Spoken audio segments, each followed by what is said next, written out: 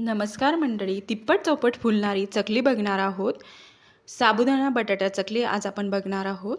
छान आपली चकली फुलली जाते. मी अर्धा किलो साबुदाणा छान 2-3 पाण्याने स्वच्छ धुवून घेतला आणि रात्रभरासाठी भिजत ठेवला आहे.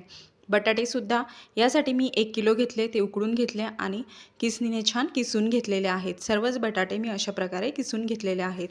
आणि आपला जो साबुदाणा आहे तो छान फुललेला आहे. तेवढंच पाणी घ्यायचं, जाळतळ्याचं पातेलं घ्यायचं, त्या उकळायला ठेवायचं आणि त्यामध्ये उकळी आली की साबुदाणा घालून घ्यायचा. छान ट्रान्सपरंट होईपर्यंत आपल्याला साबुदाणा शिजू द्यायचा आहे. आता यामध्ये आपल्याला चवीनुसार मीठ टाकायचं आहे आणि हिरव्या मिरची ठेचून घालायची आहे. लाल तिखट घातलं तर ठसका लागतो, त्यासाठी मी इथे हिरव्या मिरचीचा वापर केला आहे. छान मिक्स करून घ्यायचं. उकडलेला बटाटा जो किसणीने किसून घेतलेला आहे तो सुद्धा आपण यामध्ये मिक्स करून घ्यायचा. मंद गॅसवरच आपल्याला बटाटा मिक्स करेपर्यंत गॅस चालू ठेवायचा आहे. मी तेल पिशवी घेतलेली आहे, त्याला छोटंसं होल पाडून घ्यायचं. इथे मी सोऱ्याचा वापर करणार नाही आहे.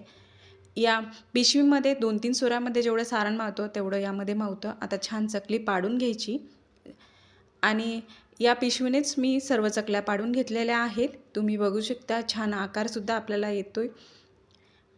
आपल्या चकल्या बनवून रेडी आहे. 2-3 दिवस मी छान वाळवून घेतलेल्या आहेत. तुम्हाला तळूनसुद्धा दाखवते. तेलात टाकल्यानंतर तिप्पट चौपट आपली ही चकली फुलली जाते आहे. जी आपली वाळलेली चकली आहे तिचा आकार बघू शकता आणि जी फुललेली चकली आहे ती बघू शकता तळल्यानंतर.